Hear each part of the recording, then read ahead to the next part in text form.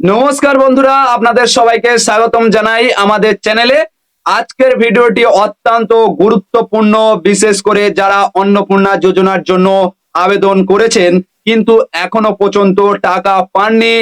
গত কয়েক মাসে বহু আবেদনকারীর অ্যাকাউন্টে টাকা পৌঁছে গেলেও এখনো অনেকেই অভিযোগ করেছেন যে তারা যোগ্য হওয়া সত্ত্বেও কোনো অর্থ পাননি। তাহলে প্রশ্ন হলো, আগস্ট মাসে কি আপনার অ্যাকাউন্টেও টাকা আসতে পারে? আপনার আবেদন এখন কোন পর্যায়ে রয়েছে? কিভাবে অনলাইনে স্ট্যাটাস দেখে বুঝবেন আপনার টাকা পাওয়ার সম্ভাবনা আছে কি না? আজকের ভিডিওতে ধাপে ধাপে সব তথ্য সহজ ভাষায় তুলে ধরবো। এই ভিডিওটি একেবারে শেষ পর্যন্ত দেখুন, কারণ একটি ছোট ভুলের কারণেও অনেক সময় টাকা আটকে যেতে পারে। চলুন বিস্তারিত আলোচনা শুরু করা যাক। প্রথমে একটি গুরুত্বপূর্ণ আপডেট জানিয়ে রাখি। মুখ্যমন্ত্রী জানিয়েছেন অনেক আবেদনকারী ইতিমধ্যে অন্নপূর্ণা যোজনার সুবিধা পেয়েছেন, আবার অনেক আবেদন এখনো ভেরিফিকেশনের পর্যায়ে রয়েছে। তিনি আরো বলেছেন, নির্ধারিত সময়ের মধ্যে যাদের নথি যাচাই সম্পূর্ণ হবে এবং যারা প্রকৃত যোগ্য হিসেবে প্রমাণিত হবেন তাদেরও এই প্রকল্পে অন্তর্ভুক্ত করা হবে। অর্থাৎ এখনো টাকা না পেলেও হতাশ হওয়ার কোনো কারণ নেই। আপনার আবেদন যদি এখনো যাচাইয়ের পর্যায়ে থাকে তাহলে সেটি সম্পূর্ণ হওয়ার পর আপনি পরবর্তী কিস্তিতে টাকা পেতে পারেন। ভিডিওটি যদি আপনার কাজে লাগে তাহলে এখনই আমাদের ইউটিউব চ্যানেলটি সাবস্ক্রাইব করুন এবং পাশে থাকা বেল আইকনটি অন করুন। পাশাপাশি আমাদের ফেসবুক পেজটিও ফলো করুন, যাতে সরকারি প্রকল্পের সব নতুন আপডেট সবার আগে জানতে পারেন। এবার আসা যাক কেন অনেকের টাকা এখনো আসেনি সেই প্রসঙ্গে। সরকার জানিয়েছে প্রত্যেক আবেদনকারীর জমা দেয়া নথি ধাপে ধাপে যাচাই করা হচ্ছে। এই যাচাইয়ের সময় আবেদনকারীর পরিচয়, যোগ্যতা, ব্যাংক অ্যাকাউন্টের তথ্য এবং অন্যান্য নথি মিলিয়ে দেখা হচ্ছে। যদি কোনো তথ্য অসম্পূর্ণ থাকে বা নথিতে সামান্য সমস্যা দেখা যায় তাহলে আবেদনটি কিছুদিনের জন্য পেন্ডিং থাকতে পারে। তবে এর অর্থ এই নয় যে আবেদন বাতিল হয়ে গেছে, বরং যাচাই শেষ হলে এবং সব তথ্য সঠিক পাওয়া গেলে আবেদনটি অনুমোদিত হয়ে পরবর্তী তালিকায় নাম অন্তর্ভুক্ত হতে পারে। তাই শুধুমাত্র টাকা না আসার কারণে আতঙ্কিত হওয়ার কোনো প্রয়োজন নেই। এখন প্রশ্ন হলো, আপনি কিভাবে বুঝবেন আপনার আবেদন কোন অবস্থায় রয়েছে? এর জন্য অনলাইনে আবেদন স্ট্যাটাস চেক করার সবচেয়ে গুরুত্বপূর্ণ। যদি সেখানে ভেরিফাইড বা অ্যাপ্রুভ লেখা থাকে তাহলে বুঝবেন আপনার আবেদন সফলভাবে অনুমোদিত হয়েছে। এই অবস্থায় সাধারণত নতুন করে কোনো নথি জমা দেওয়ার প্রয়োজন হয় না। সরকার নির্ধারিত সময় অনুযায়ী আপনার ব্যাংক অ্যাকাউন্টে টাকা পাঠিয়ে দেয়। তবে যদি অনুমোদন পাওয়ার পরেও দীর্ঘদিন টাকা না আসে তাহলে সংশ্লিষ্ট বিডিও অফিসে যোগাযোগ করে বিষয়টি জানানো উচিত। অনেক সময় ব্যাংকের কারিগরি সমস্যার কারণেও টাকা পৌঁছাতে কিছুটা দেরি হতে পারে। অনেক আবেদনকারী স্ট্যাটাসে পেন্ডিং অ্যাট বিডিও অফিস লেখা দেখা যাচ্ছে। এই কথার অর্থ হলো আপনার আবেদন জমা পড়েছে কিন্তু এখনো বিডিও অফিসে যাচাইয়ের কাজ চলছে। এই অবস্থায় ভয় পাওয়ার কোনো কারণ নেই। সরকার জানিয়েছে ধাপে ধাপে সব আবেদন যাচাই করা হচ্ছে। তাই আপনার স্ট্যাটাস যদি পেন্ডিং দেখায় তাহলে কিছুদিন অপেক্ষা করুন এবং নিয়মিত স্ট্যাটাস চেক করুন।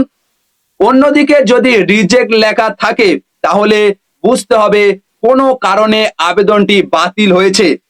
সেক্ষেত্রে সমস্ত প্রয়োজনীয় নথি নিয়ে বিডিও অফিসে যোগাযোগ করুন এবং বাতিল হওয়ার কারণ জেনে প্রয়োজনীয় ব্যবস্থা নিন। মনে রাখবেন, সঠিক তথ্য ও সঠিক নথি থাকলে অনেক সমস্যার সমাধান করা সম্ভব। অনেকেই প্রশ্ন করেছেন, আমি লক্ষ্মীর ভান্ডার পাই, তাহলে অন্নপূর্ণা যোজনার টাকা এখনো কেন পেলাম না? এই বিষয়ে সরকারের বক্তব্য হলো, লক্ষ্মীর ভান্ডারের সুবিধাভোগী হলেই সক্রিয়ভাবে অন্নপূর্ণা যোজনার টাকা পাওয়া যাবে এমন কোনো নিয়ম নেই। প্রতিটি আবেদন আলাদাভাবে যাচাই করা হচ্ছে। আবেদনকারীর যোগ্যতা, নথির সঠিকতা এবং সরকারি নিয়ম অনুযায়ী সব তথ্য মিলিয়ে দেখা হচ্ছে। তাই একজন টাকা পেলেও অন্যজনের আবেদন এখনো যাচাইয়ের পর্যায়ে থাকতে পারে। ফলে নিজের আবেদন অন্য কারোর সঙ্গে তুলনা না করে নিয়মিত স্ট্যাটাস পরীক্ষা করুন এবং প্রয়োজনীয় কাগজপত্র ঠিক রাখুন।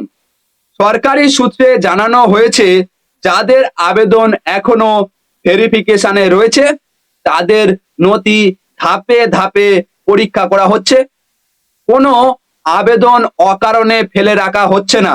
যাচাই সম্পূর্ণ হওয়ার পর যদি আবেদনকারী যোগ্য বলে প্রমাণিত হন, তাহলে তার নাম পরবর্তী সুবিধাভোগীর তালিকায় যুক্ত করা হবে। তাই যদি আপনার স্ট্যাটাস এখনো পেন্ডিং থাকে, তাহলে অযথা গুজবে কান দেবেন না।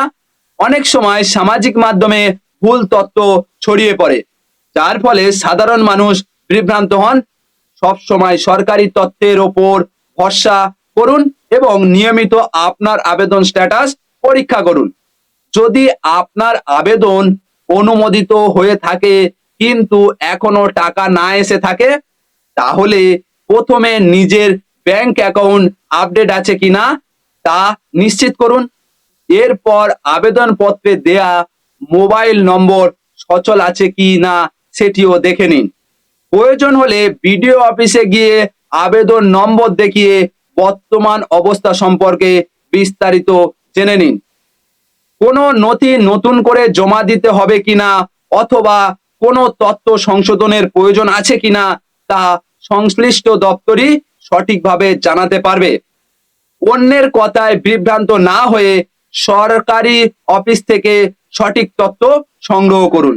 সবশেষে এই অংশে একটি বিষয় পরিষ্কার করে বলা দরকার, বর্তমানে যাদের আবেদন যাচাইয়ের পর্যায়ে রয়েছে তাদের জন্য এখনো আশা রয়েছে। মুখ্যমন্ত্রীর বক্তব্য অনুযায়ী নির্ধারিত সময়ের মধ্যে যাচাই সম্পূর্ণ হলে যোগ্য আবেদনকারীদেরও অন্নপূর্ণা যোজনার আওতায় নিয়ে আসা হবে। তাই এখন সবচেয়ে গুরুত্বপূর্ণ কাজ হলো স্ট্যাটাস নিয়মিত দেখা, নথিতে কোনো ভুল থাকলে তা দ্রুত সংশোধন করা এবং ব্যাংকের তথ্য ঠিক আছে কিনা তা নিশ্চিত করা। এই কয়েকটি বিষয় ঠিক থাকলে আপনার আবেদন দ্রুত নিষ্পত্তি হওয়ার সম্ভাবনা অনেকটাই বেড়ে যাবে। তাই ধৈর্য রাখুন এবং শুধুমাত্র সরকারি তথ্যের উপর বিশ্বাস রাখুন। এবার সবচেয়ে গুরুত্বপূর্ণ প্রশ্নের উত্তর জেনে নেওয়া যাক। আগস্ট মাসে কারা টাকা পাওয়ার সম্ভাবনা বেশি? সরকারি তথ্য অনুযায়ী যাদের আবেদনপত্রে সমস্ত নথি সফলভাবে যাচাই হয়েছে এবং যারা প্রকল্পের নির্ধারিত যোগ্যতার শর্ত পূরণ করেছেন, তাদের নাম ধাপে ধাপে সুবিধাভোগীদের তালিকায় অন্তর্ভুক্ত করা হবে। অর্থাৎ আপনি যদি এখনো টাকা না পেয়ে থাকেন কিন্তু আপনার আবেদন ভেরিফিকেশনের পর্যায়ে থাকে এবং সব নথি সঠিক থাকে, তাহলে আপনার ক্ষেত্রেও টাকা পাওয়ার সম্ভাবনা রয়েছে। তাই আতঙ্কিত না হয়ে আবেদন নম্বর, ব্যাংক অ্যাকাউন্ট এবং অন্যান্য তথ্য ঠিক আছে কিনা তা একবার মিলিয়ে নিন। কোনো সমস্যা থাকলে দ্রুত সংশোধনের উদ্যোগ নিন, যাতে টাকা পাঠানোর সময় কোনো জটিলতা না হয়। আরো একটি বিষয় মাথায় রাখা জরুরি, অনেক প্রতারক ফোন বা মেসেজ করে দাবি করতে পারে যে অন্নপূর্ণা যোজনার টাকা পাইয়ে দেয়া হবে অথবা টাকা ছাড় করার জন্য কোনো ফি বা ওটিপি দিতে হবে। এই ধরনের কোনো কথায় কখনো বিশ্বাস করবেন না।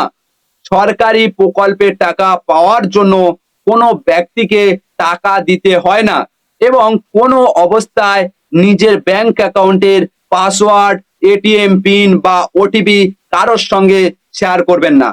যদি সন্দেহজনক ফোন বা বার্তা পান তাহলে তা উপেক্ষা করুন এবং প্রয়োজনে সংশ্লিষ্ট সরকারি দপ্তরে বিষয়টি জানান। সচেতন থাকুন, তাহলে প্রতারণা থেকে নিজেকে রক্ষা করতে পারবেন। এখন সংক্ষেপে দেখে নেওয়া যাক আবেদনকারীদের কি কি করণীয়। প্রথম, নিয়মিত আবেদন স্ট্যাটাস পরীক্ষা করুন। দ্বিতীয়, ব্যাংক অ্যাকাউন্ট সক্রিয় আছে কিনা এবং আবেদনপত্রে দেয়া তথ্যের সঙ্গে সবকিছু মিলছে কিনা তা নিশ্চিত করুন।